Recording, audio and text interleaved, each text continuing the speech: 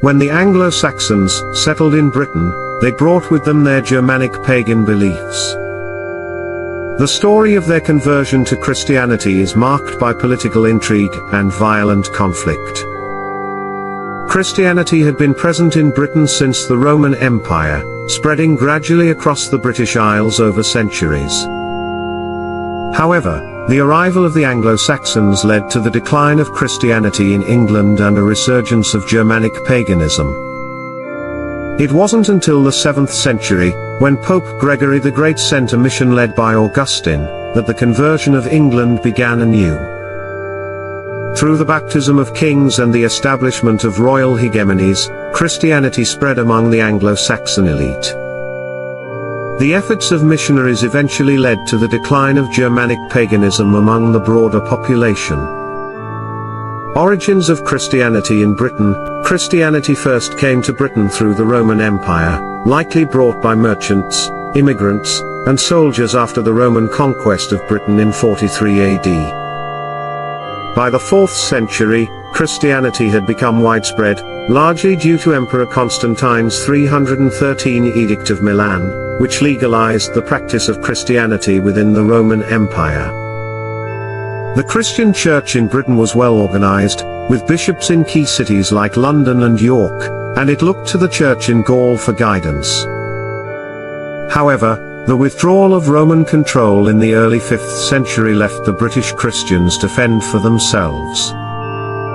Despite subsequent Saxon invasions, Romano-British Christian culture survived for some time, particularly in the western regions of Britain. Christianity also remained strong in Ireland, where St. Patrick led a successful conversion campaign, turning Ireland into a Christian land. Irish missionaries would later play a crucial role in converting the pagan Anglo-Saxons. Invasion and the rise of Germanic paganism. After the Roman withdrawal, Germanic tribes began settling in Britain. These migrations were not a single, unified invasion but rather a series of smaller movements by groups from the Frisian coast, Jutland Peninsula, and southern Norway. The Saxons, familiar with Britain from their service as mercenaries in the Roman army, eventually became more violent in their settlement efforts. According to the 6th century monk Gilder, the Romano-British resisted these invaders, who were led by a Christian named Ambrosius, later associated with the legendary King Arthur. Despite this resistance, the Anglo-Saxons established political dominance across most of England, creating several kingdoms by the 7th century. The ruling elite, while maintaining their Germanic pagan beliefs, began to intermarry with the native population, leading to the development of a new Anglo-Saxon culture that included paganism and the Old English language. Arrival of Christian missionaries. By the early 6th century, Christianity had nearly vanished in Britain, and the Anglo-Saxons were firmly entrenched in their polytheistic paganism. The turning point came in 597 AD when Pope Gregory I sent a mission, led by Augustine, to convert the Anglo-Saxons. The mission landed in Kent, likely chosen because its king, Ethelbert, had a Christian wife from Francia. Over the next century, Christianity gradually spread across the Anglo-Saxon kingdoms.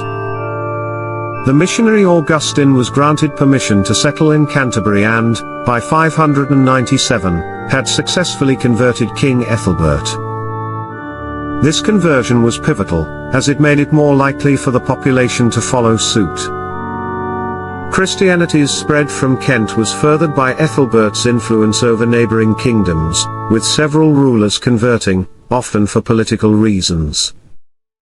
Relapses into Germanic paganism. Despite early successes, the conversion of the Anglo-Saxons was not straightforward.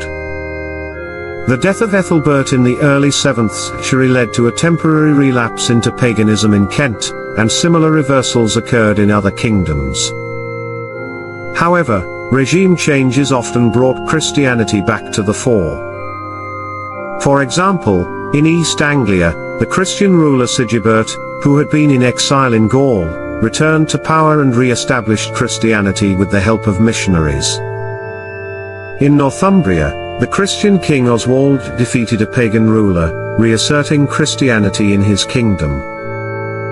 The Irish influence was particularly significant in the north, where Irish missionaries like Aidan, who founded the monastery of Lindisfarne, played a crucial role in spreading Christianity among the general population. Christianity takes root. By the end of the 7th century, Christianity had spread throughout all of Britain. No Anglo-Saxon kingdom would openly return to paganism, and the kings continued to be baptized into the 8th century and beyond, as Christianity became deeply ingrained in Saxon culture. The process of conversion was complex and gradual, often tied to political motivations. Although Christianity initially spread among the elite, the support of rulers was crucial for the broader adoption of the faith. Irish missionaries also played a significant role, establishing monasteries that became centers for spreading Christian doctrine among the Anglo-Saxon population.